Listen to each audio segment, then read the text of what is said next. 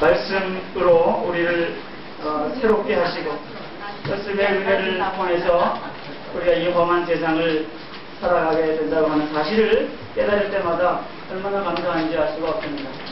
특별히 우리가 이 여름절기는 휴가도 가고 마음이 이렇게 풀어지기 쉬운 그런 절기인 것 같습니다. 그런데 반면에 우리 믿는 사람들에게는 해마다 찾아오는 수련회다 또는 무슨 그 산상 집회다 뭐 여러 가지 집회들로 풍성하게 말씀의 잔치가 개설되어져 있는 연중 아주 은혜받기 좋은 그런 절호의 찬스와 기회다 이렇게 생각합니다. 이번 여름 휴가 여름 기간 동안에 여러분들은 어떤 계획을 세우셨을런지 궁금합니다.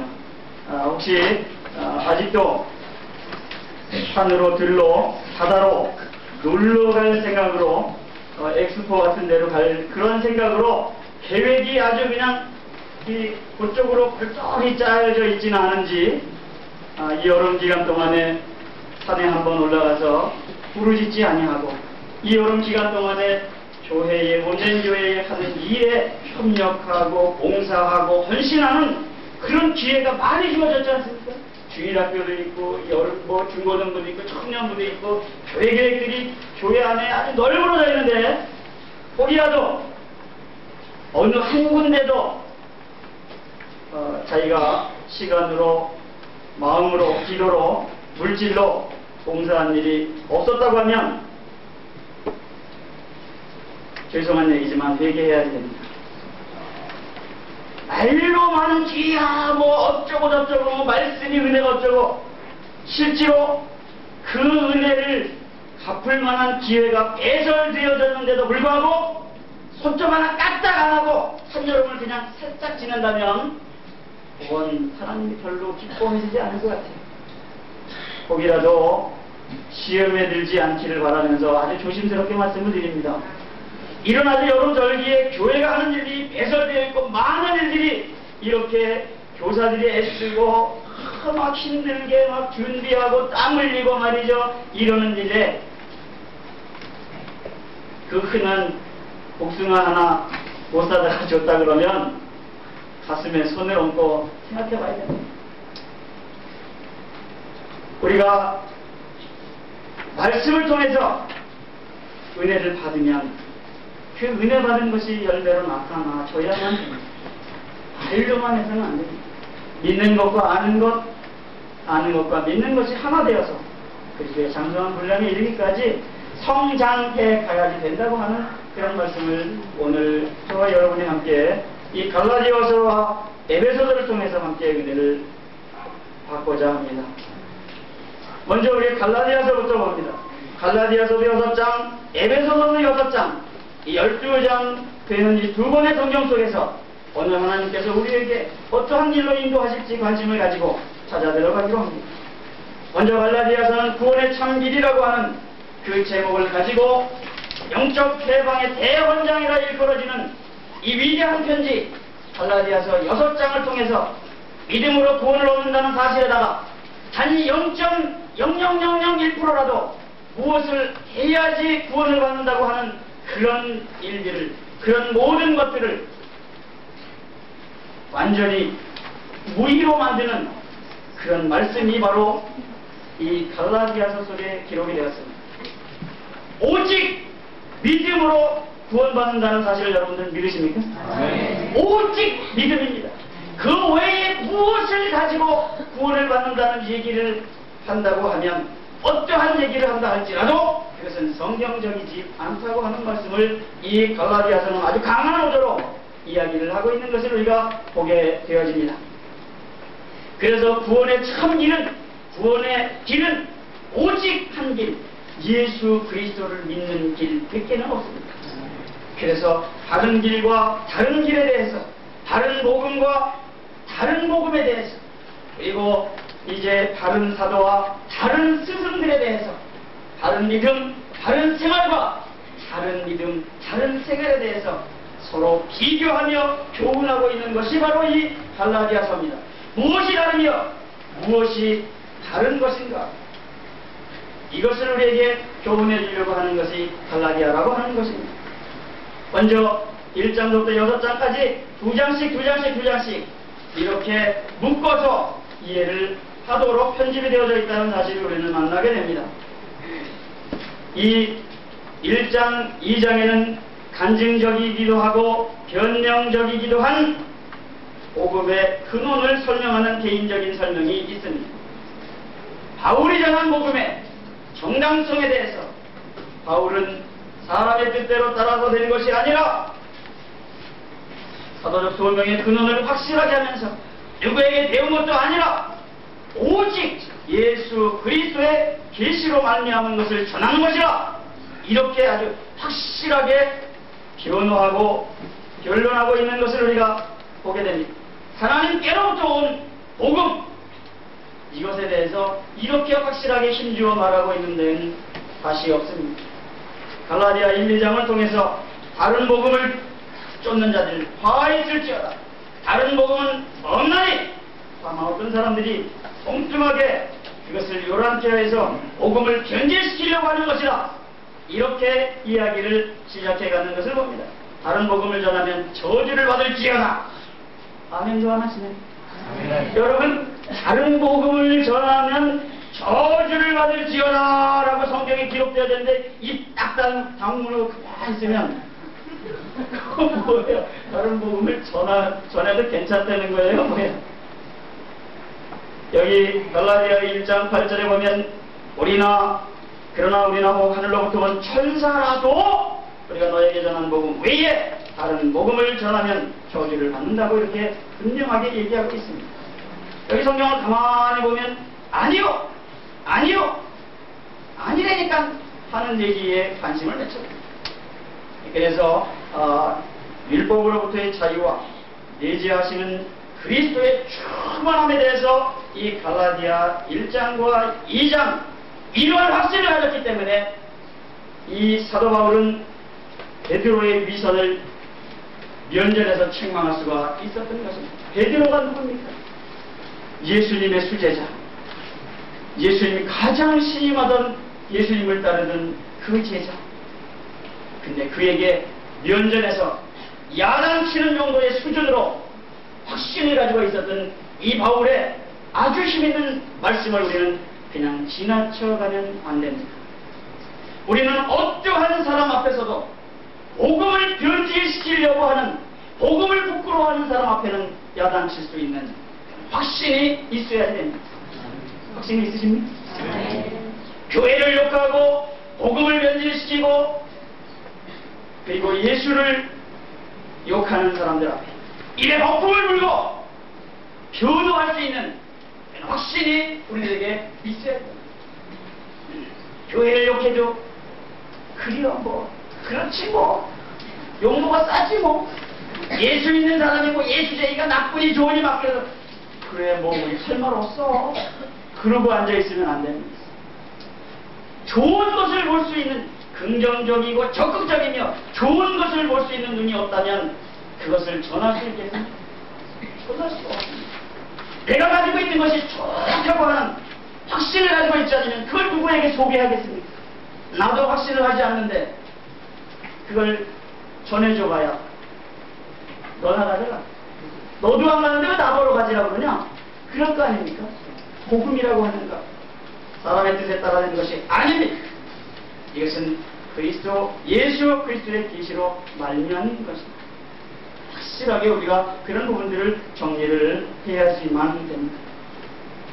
3, 4장으로 가면은 이야기가 이제 경고성 교훈으로 바뀝니다. 교리적이면서도 아주 논쟁적인 부분들로 율법보다 월등한 복음이라고 하는 것에 대해서 이야기를 하고 있는 것을 우리는 보게 됩니다. 율법 아래 있고자 하는 자들아 율법을 듣지 못하였느냐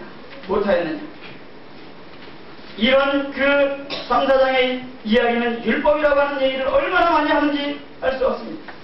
특별히 우리가 이 3장 24절에 보면은 이 율법을 몽학선생의 수준이라 이렇게 얘기하는 것을 우리가 볼 수가 있게 됩니다. 3장에는 율법이라고 하는 얘기가 굉장히 많이 나오는 것을 우리가 보게 됩니다. 특별히 우리가 몽학선생이라고 하는 것, 이 원어로 보면은 하이다 고고스라 이런 얘기합니다. 어린아이를 가르치는 그런 선생, 몽학선생이라고 하는데요. 이 바로 율법이 그런 수준이라고 하는 것입니다. 율법이라고 하는 것은 선생님에게 데려다 주는 데까지의 역할, 그런 정도의 수준이다 라고 설명하고 있는 것이 바로 이 3, 4장의 경고입니다. 이 형식의 몽해를 지고 있는 것에 대해서 경고를 하고 있는 그런 부분들입니다. 그래서 우리가 율법의 의도는 절대로 구원에 있지 아니하고 구원하실 수 있는 분에게 데려다 주는 데까지만 역할을 한다는 겁니다. 이 몽학선생이라고 하는, 율법을 몽학선생으로 표현하는데, 몽학선생이라고 하는 것은 우리말로 쉽게 하면 그런 거예요.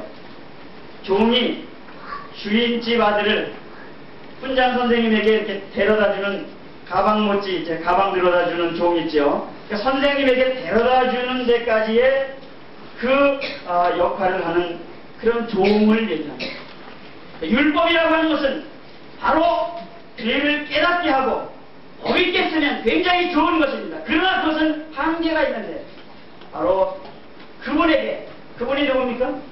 예수님에게 데려다주는 데까지만 역할이, 거기까지만의 역할이 바로 율법의 역할이라는 거예요. 그러면 이제 예수님을 만났으면 다시 그 율법에 대해서 돌이켜볼 일이 있어요, 없어요? 없습니다. 율법에 매이거나 율법의 종이 될 필요가 없이 율법의 자유자가 되어서 바로 그리스도에게 매인받은 자가 되어야 된다는 것입니다.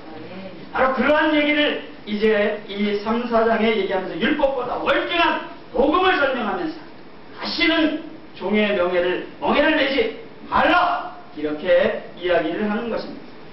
계속해서 5장, 6장으로 넘어가면서 권면합니다. 소망을 줍니다.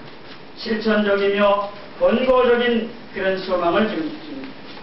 여기에 보면 우리가 복음의 적용 속에서 성령의 복음이다, 이렇게 우리가 얘기를 하게 되어지는데, 우리가 갈라디아서 5장, 특별히 갈라디아 5장은 우리 5장 22절에 그 성령의 9가지 열매에 대해서 잘 나타나는 것을 우리가 보게 되어집니다. 성령으로 살면 성령으로 행할지니라, 이렇게 이야기되어져 있는 아주 실천적인 권고를 하는 것이 5, 6장의 얘기의 흐름들입니다. 이렇게 6장으로 되어져 있는 힘있는 편지인 갈라디아서를 기록한 목적이 2가지가 있습니다. 바울의 사도권을 부정하는 것에 대한 변호와 간증, 그리고 율법을 통한 구원을 주장하는 유대인 교사들의 그릇된 주장을 제어하기 위해서 율법이라고 하는 것은 절대로 구원을 줄 수가 있어요, 없어요? 없습니다. 율법은 절대로 그 의도가 구원에 있지 않다고 하는 사실입니다. 구원하실 수 있는 분에게 데려다 주는 데까지의 역할만 할 뿐이다, 이걸 우리가 확실하게 정리를 해야만 합니다. 이것이 바로 오늘 갈라디아서를 기록하고 있는 기록 목적 중에 하나가 되는 것입니다. 특징을 보면 이신득의, 오직 믿음으로 말미암아 의롭게 된다고 하는 것을 이야기하는 데에서는 로마서하고 비슷합니다. 이 갈라디아서가 오직 의는 믿음으로 말미암아 살리라, 갈라디아서도 같은 얘기를 하고 있는 것입니다. 반율법주의를 표방하는 히브리서와 비슷한 것입니다. 율법주의를 배격하는 데에 있어서는 이 히브리서와 비슷합니다. 이 위대한 편지로 말미암아 믿음으로 구원 얻는다고 하는 사실에다가 인간의 노력을 더해야지 된다고 가리키는 모든 자유신학, 아니면 우리 오수신학이 아닌 다른 어떤 이야기도 잘못된 것이라고 하는 것을 변증하기 위해서 기록한 그런 특징을 가지고 있는 것이 바로 이 갈라디아서라고 하는 사실입니다. 우리가 이렇게 1, 2장 간증적이고 아주 변명적으로 복음의 근원, 이게 바로 하나님에게로부터 온 것이다 라고 하는 설명을 하고 있습니다. 특별히 우리가 이 사도적 소명의 근원을 보면서 이 율법으로부터 자유한 이런 사도 자신의 그런 변명들을 1, 2장에 잘 나타내주고 있는 것을 봅니다. 특별히 우리가 잘 아는 그런 익숙하게 만날 수 있는 말씀 중에서 이 말씀은 많은 사람들이 이 말씀을 인하여 은혜를 받고 또 그 말씀을 기억하고 있는 삶의 변화를 통한 그 말씀이 중요한 말씀이 한 말씀인데 2장 20절 말씀 같은 경우는 20절이 좀 길긴 하지만 우리가 다 함께 봉독해보고 지나가야만 할 그런 말씀이라고 생각합니다. 우리 한 목소리로 2장 20절 말씀을 한번 율법으로 말미암아 율법을 향하여 죽었으니까 이제 하나님을 향하여 살려고 할 때에 내가 그리스도와 함께 어떻게 되는가 라고 하는 고백을 한번 우리 입술로 고백하는, 입술로 시인하는 그런 차원에서 함께 봉독하기로 하겠습니다. 내가 그리스도와 함께 십자가에 못 박혔나니 그런즉 이제는 내가 사는 것이 아니요 오직 내 안에 그리스도께서 사신 것이라. 이제 내가 육체 가운데 사는 것은 나를 사랑하사 나를 위하여 자기 몸을 버리신 하나님의 아들을 믿는 믿음 안에서 사는 것이라. 아멘. 그 자기 몸을 나를 사랑했어. 한번 따라서 나를 사랑했어. 나를 위하여 자기 몸을 버리신 하나님의 아들을 믿는 믿음 안에서 사는 것입니다. 믿으십니까? 나를 위해서. 나는 나를 위해서고 여러분은 여러분 각자를 위해서 예수님이 자기 몸을 버리신 것입니다. 바로 그 사실을 믿는 믿음으로 사는 것이 우리의 믿음이라고 믿으시면 아멘 하십시오. 아멘. 바로 그런 믿음을 우리가 가지고 있는 것입니다. 이제 우리는 이러한 그 1, 2장의 얘기, 3, 4장의 경고, 5, 6장의 권면, 소망, 어떻게 살아야 할 것이냐 이런 확신을 가지고 의리적이며 논쟁적이어서 그렇게 막 얘기를 풀어나가면서 율법이라고 하는 얘기를 막 하면서 그것은 결국은 복음이라고 하는 것 밑에 있는 것입니다. 율법이라고 하는 것은 예수에게 데려다주는 데까지의 역할이다 라고 3, 4장에 얘기하고 난 다음에 그렇다면 이제 우리는 어떻게 살 것인가. 그리스도인의 자유하다면 자신은 종의 멍에를 내지 말라 그랬으니까 이제 어떻게 살 것이냐. 종의 멍에를 내지 않고 살 것입니다. 하나와 말라의 법이 있습니다. 넘겨보시면 여기 5장과 6장 속에 갈라디아 교인들에게 그리스도 안에서 자유하라고 권면하고 있는 바울의 구체적인 14가지 명령이 있습니다. 행동에다가 호소하고 있는 그런 명령이 이 14가지가 있습니다. 여기에 하지 말라. 말라. 한번 따라하세요. 말라. 말라면 말아야지 돼요. 꼭 말라고 하면 하지 마라 그러면 꼭 하고, 들어가지 마세요 그러면 들어가지 마세요 하는 거 앞에다 놓고 사진 찍고, 이게 너무 웃기는 거 아니에요? 하지 마라 그러면 하지 마는 거예요. 하라 그러는 것도 다 못하고 사는 판에 하지 말라고 하는 것만 골라서 사는 그런 청개울 같은 심보는 무슨 심보냐 말이죠. 그게 저와 여러분의 마음속에 동일하게 있는 줄로 믿으시기 바랍니다. 대거 다 믿으라고 그러네요. 근데 우리는 믿을 수밖에 없어요. 왜? 우리의 연약함이 있으니까. 100% 그런 가능성을 가지고 있는 사람들이에요. 하지 말라는 게 더 하고 싶고, 거기 가지 말라고 하면 더 가고 싶고. 제가 오늘도 누구라고 얘기는 안 하겠어요. 여기 있는데. 보지 말래는 영화를 왜 그렇게 열심히 보는 건지 말이죠. 뉴에이지에 감염된 영적인 그런 장애를 일으킬 수 있는 영화 보지 마라! 그러면 보지 마는 게 좋은 거예요. 그런 잡동사니를 우리 영혼 속에다 집어넣으면 우리 영혼이 병든다 이 말이에요.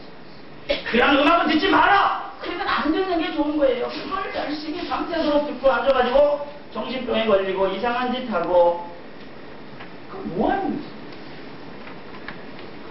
제가 누구라고 얘기는 안 하지만 있어요. 제 사무실이 예감극장 바로 앞에 있기 때문에 그러면 여기 들어가고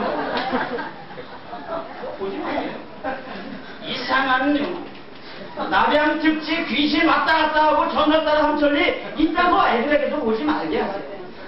그거 비성서적이고 그런 거를 애들이 입력함으로 말미암아 불신앙에 떨어진다고 하면 그 책임 누가 지겠습니까? 하지 말라! 그럼 하지 마는 겁니다. 복음의 자리에 굳게 서서 종의 명예를 내지 마라! 그러면 안 되는 겁니다.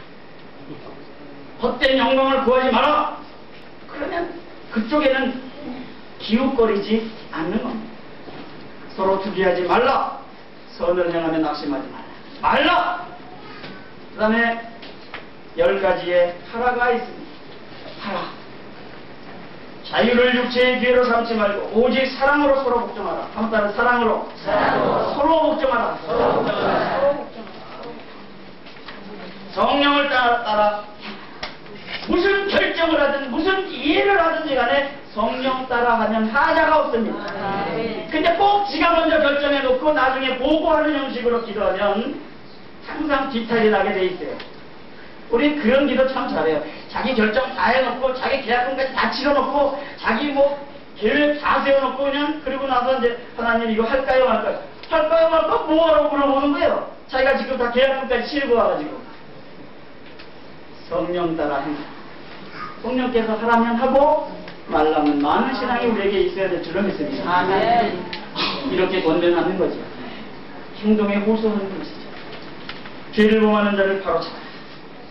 자기 자신도 시험을 초월해 있지 않다는 것을 생각해라. 우리는 요거를 잘 착각하고 잊어버릴 때가 많아요. 자기 자신도 뭐 그렇게 특별한 사람이 아니라는 사실에 대해서 왜 솔직하지 못하느냐 이 말이에요. 자기요? 자기 별거 없는. 한번 따라주세요. 나는 별거 없다. 내가 뭐 별거 있는 사람인 것 같이 착각하고 살면 안 됩니다. 나같이 별볼일 없는 사람, 나같이 연약한 사람, 나같이 추한 사람, 나같이 하자가 많은 사람, 이런 사람을 하나님께서 들어 쓰신다고. 나를 어디다 어느 구석에다 쓰시려고 하나님이 나에게 눈길을 주신다고 하는 사실, 이제 감사하다. 여겨주셔서 우리가 뭐 그럴만해서 우리에게 어떤 그 직임을 주고 뭐 하라고 그러고 그러는 줄 아세요? 우리에게 무슨 일 맡길 때 그 일을 감당할 만한 능력이 있다고 100% 믿어서 그 일을 탁 주는지 아세요? 천만 여겨주셔서 여겨주셔서 얼마나 감사한지 모르세요. 내가 뭘 될만해서 일을 한다면 제가 자랑할 게 많겠죠. 그러나 그렇지 못한 우리가, 그렇지 못한 내가 라고 할 때 우리에게는 자랑할 것입니다. 이게 바로 이 우리 자신이 어떤 것을 초월했다고 자꾸만 착각하면 안 된다고 하는 사실을 교훈하는 것입니다. 그 다음에 타인의 짐을 지라고 합니다. 이건 여기에 짐은 6장 2절에 나타난 이 짐은 무거운 짐입니다. 무거운 짐을 지고 있는 사람, 너희가 서로 짐을 지라. 그리하여 그리스도의 법을 성취해라. 여기 너희가 짐을 지는데 서로 지라고 하는 이 짐은 무거우니까 같이 지라 이 말이에요. 백지장이나 까짓 거 뭐 이거 가벼운 거니까 둘이 들거나 혼자 들거나 그렇지만 여기서 이야기하고 있는 짐은 서로 져야 할 짐은 무거운 짐이에요. 교회가 무거운 짐이 있을 때는 같이 나누어져야 됩니다. 안수 집사님이나 지시오, 전도사님이나 지시오, 누구나 지시오. 그리고 자꾸만 밀어붙이면 그 사람들은 너무 힘들고 무겁다 이 말이에요. 서로 짐. 왜요? 짐이 무겁기 때문에 서로 짐. 여기에 짐은 무거운 짐입니다. 자기의 일을 살펴라. 자기의 일을 살펴라. 각각 자기의 일을 살펴라. 그리하면 자랑할 것이 자기에게만 있고 남에게는 있지 아니하리라. 자기 일을 살펴보면 자기에게 자랑하는 거죠. 그 다음에 자기의 책임을 지라. 자기의 책임을 지라. 각각 자기의 짐을 질 것이다. 여기 이 짐은 자기가 지는 이 책임, 이 짐, 여기에 있는 자기의 짐, 요거는 짐꾸러미, 짐보따리, 자기가 짊어져야 할 보따리예요. 한번 따라서 내가 짊어져야 할 보따리. 내가 짊어져야 할 보따리는 내가 지고 무거운 짐은 나눠지고 그렇게 교훈하고 있는 것입니다. 자기 것도 남에게 지라고 했죠. 남이 무겁게 지고 있는 것도 옆에서 거들지 않고 그러면 야단하세요. 야단하세요. 그 다음에 사역자를 지어라. 여기 6장 6절에 보면 가르침을 받는 자는 말씀을 가르치는 자와 모든 좋은 것을 함께 하라. 이렇게 되어 있습니다. 물질적인 것도 나누어 쓰라. 그런 얘기입니다. 여기에 그 사역자, 말씀을 가르치는 자는 카텐 쿤티라고 해가지고 이때는 유료교사가 있었어요. 초대교회 때는. 그래서 그와 함께 물질적인 것도 나눴어요. 좋은 것이 있으면 함께 서로 나누어 쓰는 그런 것들이 하라고 이 갈라디아 교인들에게 얘기하는 것입니다. 지금도 마찬가지예요. 서로 나누어 쓰는 그런 것들이 있습니다. 좋은 건 자기가 다 쓰고 쓰다가 그냥 버리고 싶은데 말이죠. 실증 나가지고 주고 팽개칠지 반보 직전의 것을 주어서 쓸려면 쓰고 말려면 말아라 뭐 이렇게 하는 그런 놀부실보 같은 것은 성경이 별로 기뻐하지 않습니다. 좋은 것을 함께 나눌 수 있는 그런 것들을 분명히 이야기하고 있는 것입니다. 그리고 씨를 뿌려라. 그리고 모든 사람에게 착한 일을 해라. 모든 사람에게 착한 일을 해라. 기회 있는 대로 한번 따라서 기회 있는 대로 착한 일을 하자. 믿음의 가정들에게 그렇게 되어져 있습니다. 그러니까 이렇게 하라 10가지가 요 안에서 찾을 수 있는 것입니다. 그래서 우리가 하지 말라의 4가지와 하라의 10가지, 바로 이것이 그리스도 안에서 자유하라고 권면하는 바울의 명령입니다. 이런 걸 해야 자유해요. 만약 이걸 안 하면, 이걸 역행하면 그것 때문에 올무가 된다. 자유하지 못하게 되는 것이다. 이렇게 얘기합니다.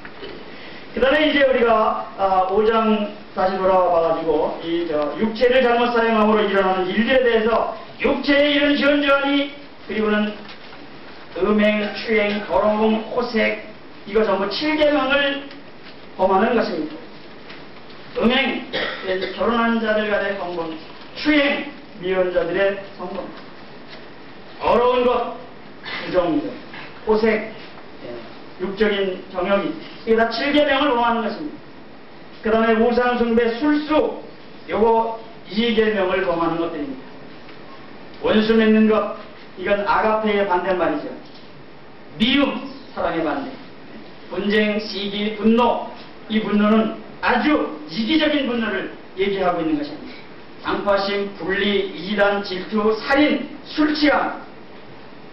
혹시 우리 교회에 술을 좋아하시는 분이 계시는지 잘 모르겠지만 술, 이거 안 좋은 겁니다. 술이라고 하는 것은 취하게만 먹지 않으면 될 것이라고 얘기하는 사람들이 지금 얼마나 많은지 알 수 없습니다. 한 잔, 두 잔은 어떻겠느냐고 이야기하는 사람도 많이 있습니다. 제 경험으로 보면 하나님이 술 마시는 것을 기뻐하시지 않는다고 하는 사실을 뼈저리게 체험한 사람이 접니다. 두들겨 맞아도 하죠. 죽기 반보 직전까지 두들겨 맞은 사람입니다. 술 좋아하다. 생긴 게 술 좋아하게 생겼잖아요. 그래가지고 이렇게 저도 참 좋아했었는데 하나님이 그렇게 싫어하시는 겁니다. 어떠한 변명과 합리화시킬지라도 하나님이 이건 절대 좋아하시지 않는다고 하는 사실을 저는 체험 속에서 가질 수 있습니다. 술 무기력하게 되는, 사람을 무기력하게 만드는, 실수하게 만들고 붉은 눈, 창상, 이런 것들이 술로 인하여 온다고 한다고 하는 사실을 안다고 하면 술을 입에도 되기 싫을 것입니다. 저도 은혜 받기 전에는 아주 술 참 좋아해서 참 즐겨 마셨습니다. 은혜 받고 난 다음에도 좋아했더니 하나님께서 몹시 싫어하신 표정을 노골적으로 나타내셔서 제가 죽기 반보 직전까지 기계 맞아서 괴로웠던 적이 있습니다. 그래서 지금은 술 드시는 분들에게 그런 얘기하죠. 드시라고. 아직 은혜가 체험되지 않은 모양인데 드시라고. 만약에 은혜를 체험하신 후에도 당신이 좋아하게 된다면 하나님이 별로 안 좋아하실 거다. 그렇게 얘기합니다. 청년들이나 이런 사람들 참 술 좋아하는 사람들 많습니다. 교회 다니면서도 가끔 한 잔, 두 잔 하는 사람도 있으나 경고하지요. 하나님이 결코 기뻐하시지 않습니다. 그래서 방탕하고 이런 것들이 육체를 잘못함으로 일어나는 것들입니다. 이런 사람들은 하나님의 나라를 유혹으로 받지 못할 것이다.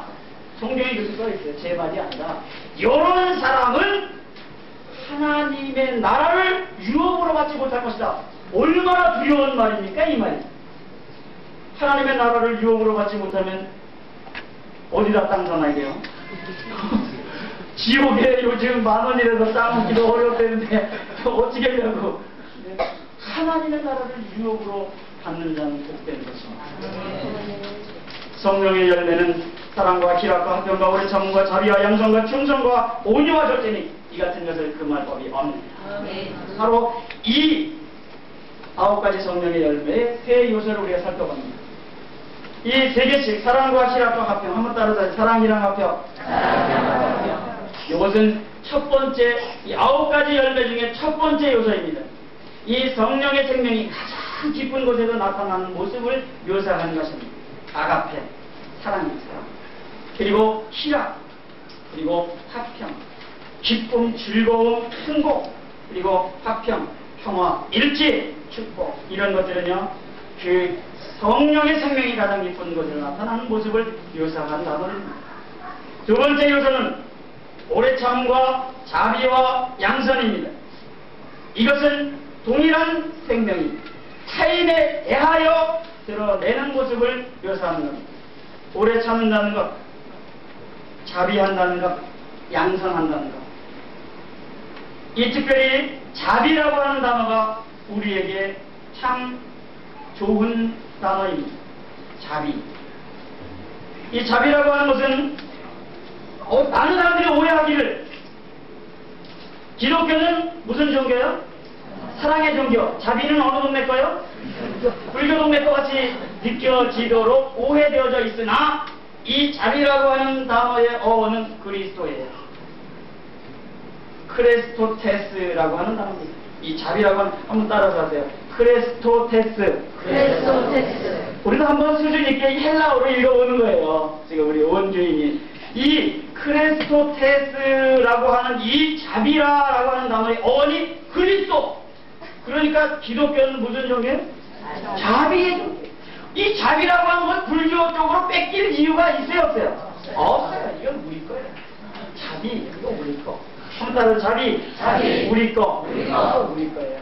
남에 대해, 다른 타인에 대하여 나타내는 그런 드러내는 모습, 우리 그리스도인들이 다른 사람에 대하여 드러내는 모습이 자비여야 된다는 말이에요. 자비여야 된다. 인내여야 되고, 자비여야 되고, 양선이어야 된다 이거예요. 양선. 아주 너그러운 거. 푼푼한 걸 주고 있어요. 관대하고 말이죠. 삶 속에 나타나는 도덕적 선을 양선이라 이렇게 얘기합니다. 이게 말이 예수 믿는 사람이 째째해가지고 그냥 이 소갈딱지가 밴댕이 그냥 같아가지고 밴댕이 속을 본 적이 있으신지 모르겠는데 예수 믿는 사람은 이게 너그럽지 못하다고 하는 얘기를 참 많이 듣잖아요. 그렇잖아요. 안 믿는 사람은 그냥 막걸리 한 잔 탁 마시고 털렁 그냥 이게 탁 이게 좋은데 어쩌면 그렇게 예수 믿는 사람 깐죽거리고 따지고 깍쟁이 같고 말이죠. 밴댕이 소갈딱지 같고 왜 우리가 이런 말을 들어야 되냐 이 말이지. 왜 그렇습니까? 풍분하지 못해. 넉넉하지 못해. 양선이 우리에게 없어서 그렇습니다. 얘기해야죠. 그런 얘기를 하는 것을 싫다 하지 말고 그런 얘기를 하게 되면 뭐니 뭔가를 우리가 한번 생각해 봐야 된다. 그렇지 않겠습니까? 말하는 것만 나쁘다고 얘기할 수 없어요. 그럴만 하니까 그런 말을 하는 거겠지. 우리는 정말 그런 부분들 잘 생각합니다. 그 다음에 세 번째는 충성과 은유와 절제입니다. 그 생명이 세상과 우리 자신의 고통에 관련하여 드러내는 모습은 자신의 고통.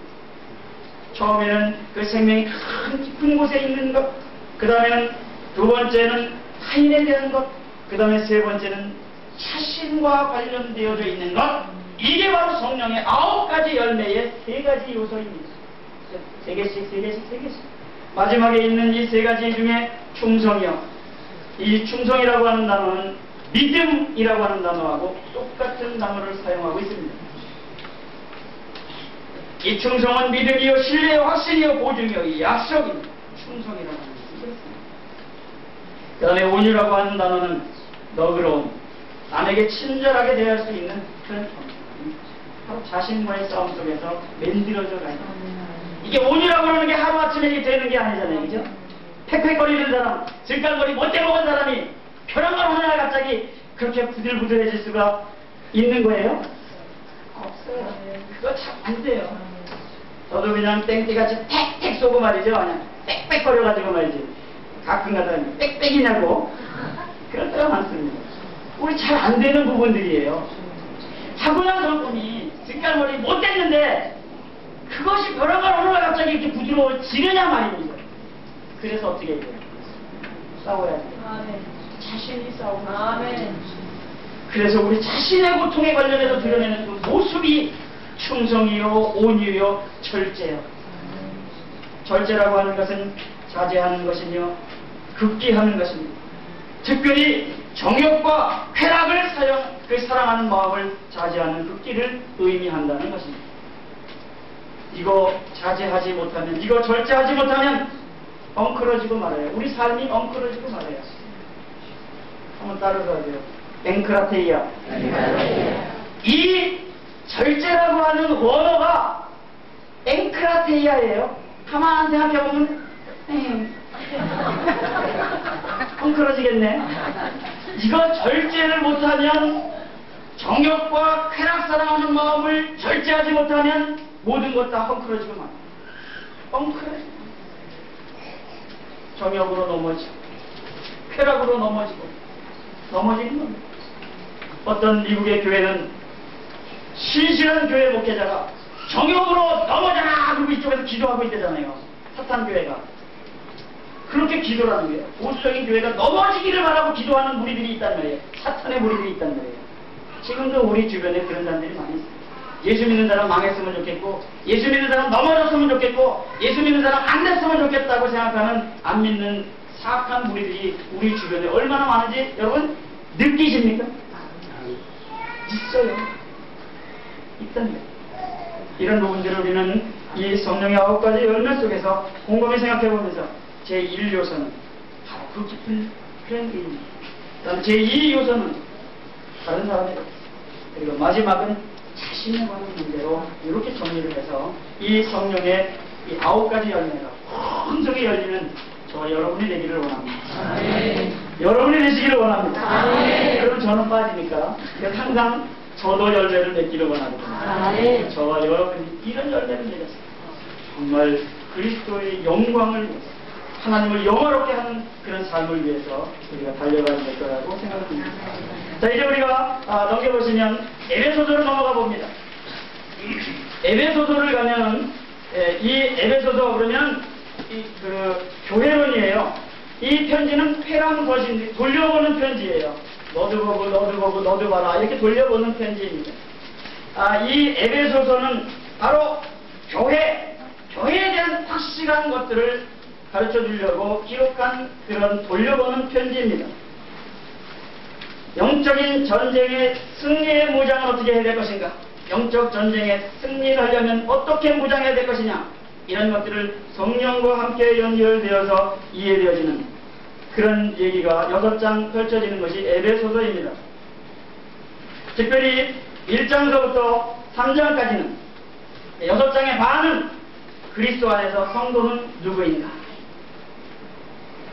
그 다음에 4장부터 6장까지 나머지 3장은 그리스도 안에서 성도는 무엇을 해야 합니까?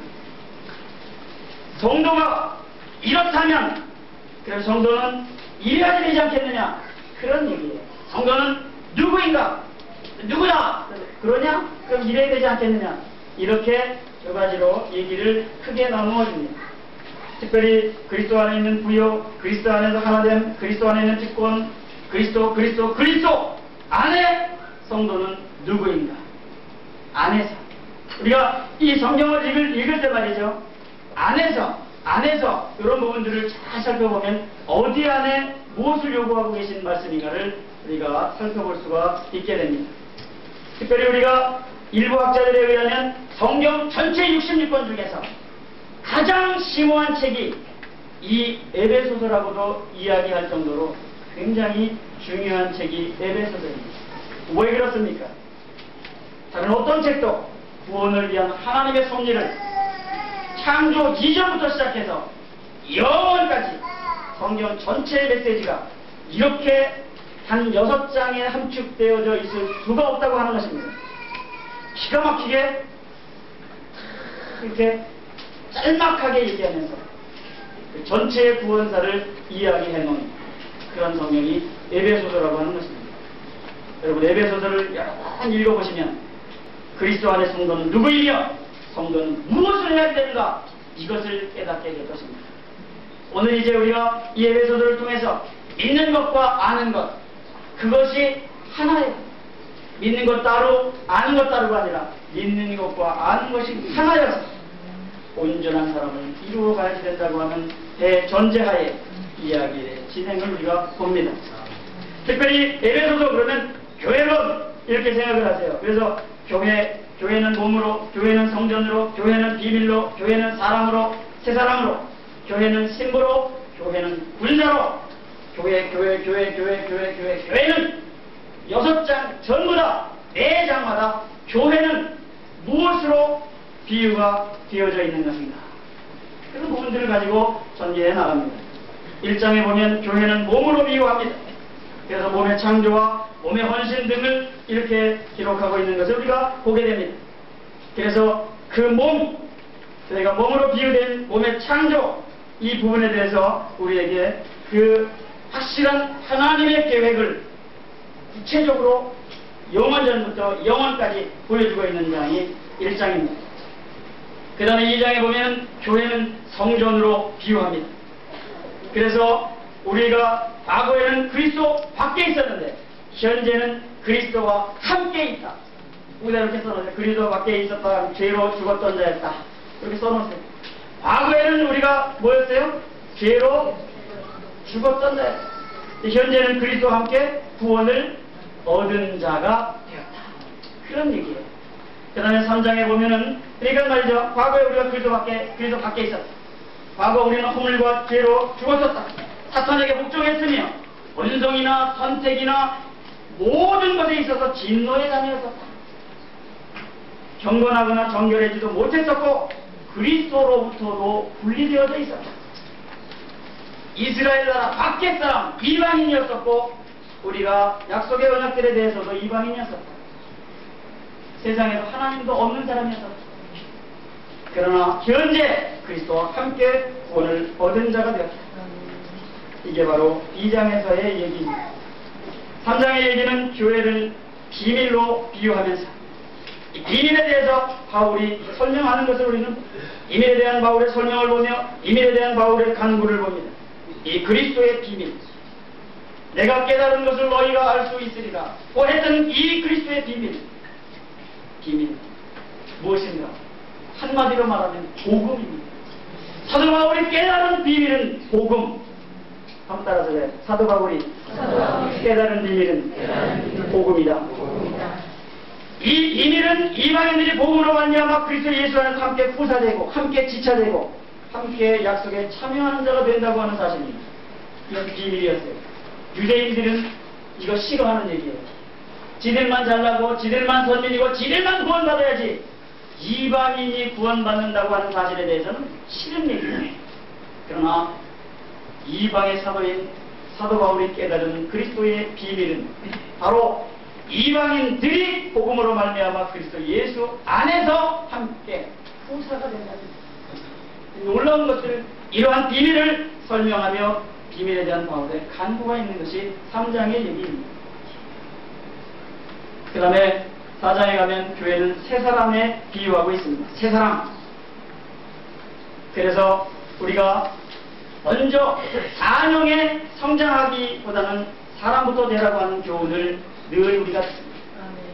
성경 공부 열심히 하고 뭐 그냥 미수미다 많이 하는데 사람이 안 되면 이건 문제가 복잡해집니다.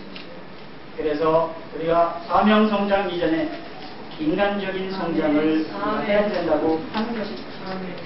그래서 우리가 사람부터 되고 사명에 성장하여 가자. 한번 따라서 사람부터 되고 사명에 성장하여 가자. 사람부터 되고 사명에 성장하여 가자. 사명에 성장하여 가자. 우리가 예수님을 함께 담을 때 첫째 믿는 겁니다. 바로 믿는 겁니다. 믿어도 바로 믿는 거예요. 그 다음에 둘째는 아는 겁니다. 알아도 어떻게 알아요? 바로 아는 거예요. 그 다음에 하나 되는 체험 속에서 바로 믿고 바로 아는 그것 곧 하나라고 하는 겁니다. 믿는 것과 아는 것이 하나. 그것은 체험 속에서 이루어지게 되는 겁니다. 그리고 마지막으로 온전한 사람이 된다고 하는 것은 예수님의 인격을 얘기하는 것입니다. 예수님의 인격을 닮아야 된다라고 하는 교훈인 것입니다.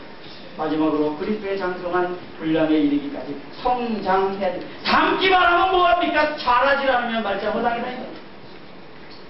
잘하자.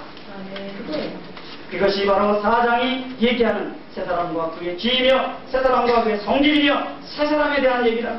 새 사람을 이루라. 새 사람은 소속이 바뀌어져야지 되고 하나님을 기뻐해야지 되는 것이 새 사람인 것입니다. 바로 이런 새 사람에 대한 이야기를 계속해서 이 4장은 아주 구체적으로 얘기합니다. 거짓말이요? 거짓말하면 안 돼요. 거짓말하는 사람 새 사람일 수 없어요. 이게 옛사람입니다. 옛사람. 옛사람은 거짓에 그 애비가 거짓이니까 말이에요. 거짓말하는 것은 옛사람입니다. 옛사람. 그래서 우리가 이 언행심사가 바뀌어져야지 새 사람입니다. 여전히 옛날 모습 그대로 하고 있으면서 말만 예수쟁이 이거 소용이 없는 거예요.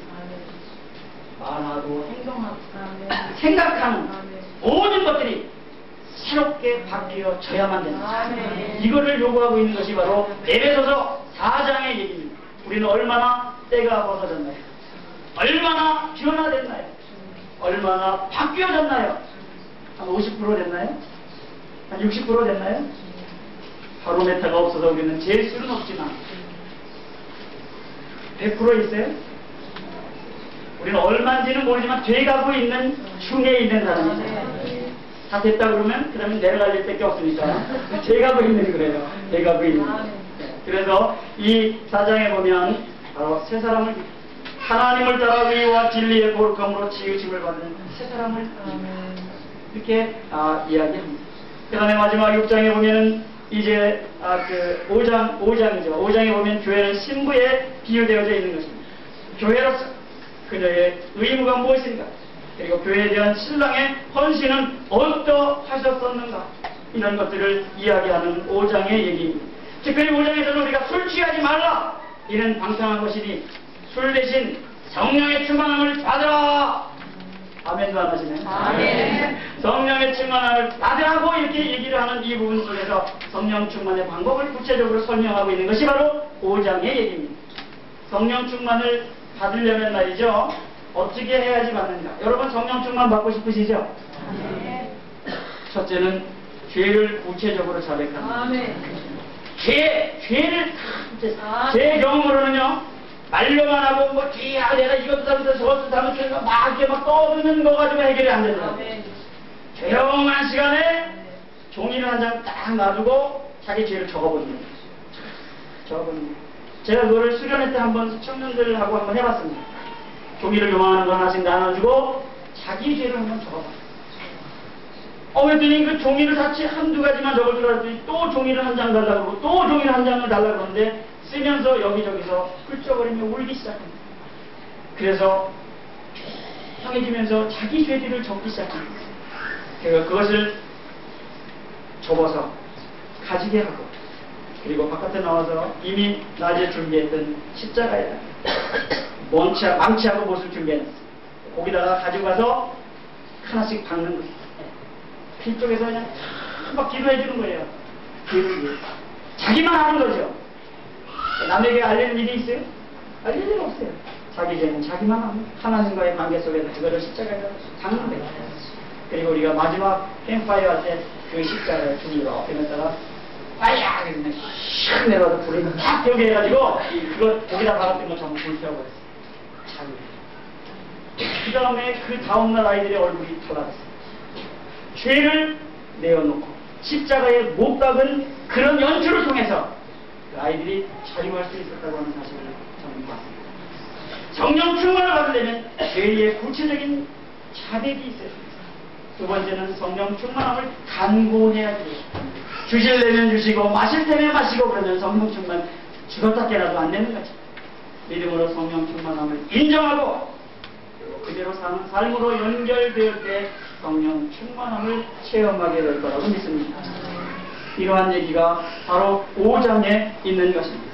성결되고 봉사하고 충만받고 노래하고 그래서 시와 찬미와 신령한 노래로 화답하며 그 마음이 주께 노래하며 찬송하는 그런 아름다운 이야기가 연결되어지는 삶, 이런 걸 원하지 않으십니까? 바로 그것을 이 에베소서 5장에서 교훈하고 있는 것을 믿습니다. 마지막 6장의 얘기를 보면 하나님의 전신갑주를 입으라. 교회를 군사에 비유했습니다. 훈련하는 훈련소, 싸우는 전선, 이런 것에다가 비유를 했습니다. 자녀와 부모의 관계, 그리고 종과 주인의 관계, 그리고 싸우는 전선에 대해서는 6장 10절로 24절에 길게 얘기를 하고 있는 것을 우리가 봅니다. 영적인 전쟁에 대비해야 된다. 마귀의 괴계를 등에 대적하기 위해서 우리가 전신갑주를 입어야 된다고 이 6장은 이야기하고 있는 것을 우리가 보게 됩니다.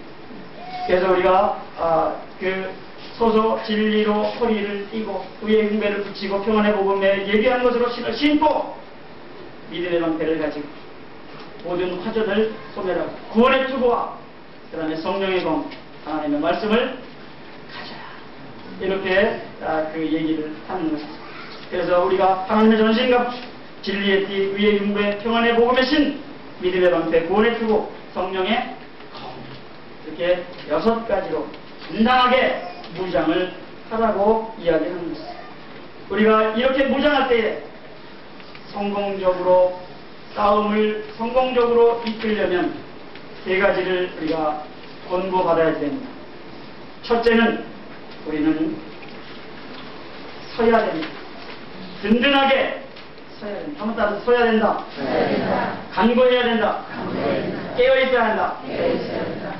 그래서 이러한 일을 행한 후에 서기 위해 즉 서서 서야 된다. 두 번째, 모든 기도와 간구를 하되 무시로 성령 안에서 기도해야 된다. 무시고 언제뿐만 아니라 항상 기도하는 거죠. 항상 기도. 그리고 깨어 구하기를 항상 힘써요. 깨어 기도하기를 힘써요. 뭐 깨어 있으라 그러니까 뭐 그냥 잠도 안 자고 맨날 깨어 있으라는 얘기가 아니죠. 영적으로 깨어 있으라 그런 얘기지 말이죠. 졸리운데 그냥 여기다가 무슨 뭐 여기다가 이렇게 버티고 서가지고 그냥 그런 얘기 아니죠. 지가 그걸 버텨봐야 며칠이나 버티겠어요. 그래서 우리가 이런 깨어 구하기를 항상 힘쓰는 신앙이 되어야 된다. 이런 얘기가 바로 에베소서 속에 있습니다. 에베소서는 교회에 보낸 서신임에도 불구하고 다른 서신하고는 달리 교회의 구체적인 문제를 언급하기보다는 말이죠. 교회에 관한 일반적인 주제를 이야기하는 거예요. 우리 교회 전체 전반이 일반적인 얘기. 우리 모두가 다 필요한 얘기. 그래서 이 편지는 나만 가지고 있는 게 아니라 돌려보는 거예요. 내가 이 편지를 봤는데, 내가 이 성경 6장을 봤는데 참 도전이 되고 은혜가 되고 참 내 이 말씀으로 인하여 새로워졌다. 새 사람을 입었다. 너도 봐라. 너도 봐라. 너도 봐라. 이게 회람서식입니다. 돌려보는 편지. 한번 따라서 돌려보는 편지. 우리 함께 봅시다. 나만 보지 말고 우리가 내가 이거 봤는데 참 이 편지 나에게 너무 유익한 편지였어. 너도 봐. 너도 봐. 돌려보는 편지. 이게 회람서신이에요. 그래서 이런 것들이 바울 개인 자신은 숨겨지고 감추어지고 그런 얘기는 많이 하지 않고 바로 우리가 교회가 우리 각자가 교회거든요. 교회가 어떻게 거듭나고 어떻게 성령 충만받고 어떻게 새 사람이 되어지는 것인가, 어떻게 영적인 무장을 하는 것인가, 이런 것들에 대한 교훈이 있는 것입니다. 특별히 우리가 여기 보면 교회의 머리이신 그리스도, 그래서 1장 이것을 우리가 분해해 놓은 것이 있습니다. 여기 보면은 교회라고 하는 것, 언제부터 교회가 생겼는가? 창세전에 하나님의 작정 안에서 일이 되어졌다고 이렇게 기록하고 있는 것입니다. 이러한 교회의 창조는 하나님에 의해서 만들어지고 계획되어졌던 것을 믿으십니까? 안 믿으면 어떻게 또 성경에 써져 있는지. 에베소서 1장에 보면은 우리를 축복하시고 우리를 택하시고 예정하시고 자기 아들이 되게 하시고 우리를 받아들이셨다고 확실하게 에베소 1장에 이렇게 기록이 되어 있습니다. 우리가 누구이며 우리는 언제 이러한 확신을 갖게 되었는가 하는 것들이 궁금하면 에베소 1장을 딱 피면 이 문제는 해결됩니다. 여기 예정이라고 하는 것은 미리 결정한다는 말로서 한 번 예정하심으로 영원한 효력을 발생된다고 하는 사실을 의미하는 것입니다. 예정의 시기, 예정의 주체, 예정의 방법, 이유, 내용, 목적, 그렇게 예정하신, 미리 하나님께서 우리를 두고 결정하신 이유가 뭘까? 그 목적이 뭘까? 한번 따라서 은혜의 영광을 찬미하게 하려는 것이다. 은혜의 영광을 찬미하게 하려는 것이다. 영광을 받으시기 위해서 우리를 예정하시고 창조하시고 그렇습니다. 그 아들을 통해서 매매되고 구입되었다. 사실 아들 핏값을 계산하자면 이게 돈으로 계산할 수 없는 것이죠. 바로 그분은 우리를 속량하셨고 용서하셨고 그 방법을 제시하시고 보증하시고 통일하시고 그리고 이 모든 것은 때가 찬 경륜을 위해서 일어납니다. 어디에서? 그리스도 안에서. 그래서 그 에베소서를 우리가 볼 때는 서신도 다 편지글을 볼 때는요 안에서라고 하는 데다가 조심해서 보면은 그 많은 얘기들을 우리가 건질 수가 있습니다. 능력이 그리스도 안에서 역사하시고 그 안에서 하늘에 속한 모든 신령한 복으로 우리에게 복 주시고 그리고 우리로 그리스도 안에서 택하시고 우리 사랑 안에서 우리를 거룩하고 금없게 하시고 안에서 그 안에서가 중요합니다. 밖에서는 소용없어요. 안에서가 중요합니다. 어디 안에서? 그리스도 안에서. 우리 온 교회의 우리 교우들 그리스도 안에서 함께 지체 함께 후사가 된 줄을 믿으시기 바랍니다. 그런 얘기들이 1장에 확실하게 기록이 되어져 있습니다. 그래서 성령의 가르침을 받고 보호되었습니다. 이런 몸은 그냥 가만히 있으면 안 됩니다. 헌신해야 됩니다. 영광이 하나님. 그 하나님의 영광 안에서 우리가 나타내고 헌신하는 모습으로 부름을 받은 사람들입니다. 우리는 이제 정말 이러한 놀라운 그 편지를 보면서 이 시간에 말씀을 마치는데요. 우리 자신이 교회입니다. 우리 자신이 거듭나야 됩니다. 우리 자신이 새로워져야 되고 우리 자신이 전신갑주를 입어야 됩니다. 다른 사람이 아무리 탄탄하게 입어도 내가 먹고 있으면 그냥 마땅하다는 거예요. 과연 내가 새 사람인가? 내가 전신갑주를 입었는가? 내가 성령의 충만함을 받았는가? 이런 것들을 우리가 에베소서를 읽으면서 생각하는 그런 시간이 되기를 원합니다. 기도하겠습니다.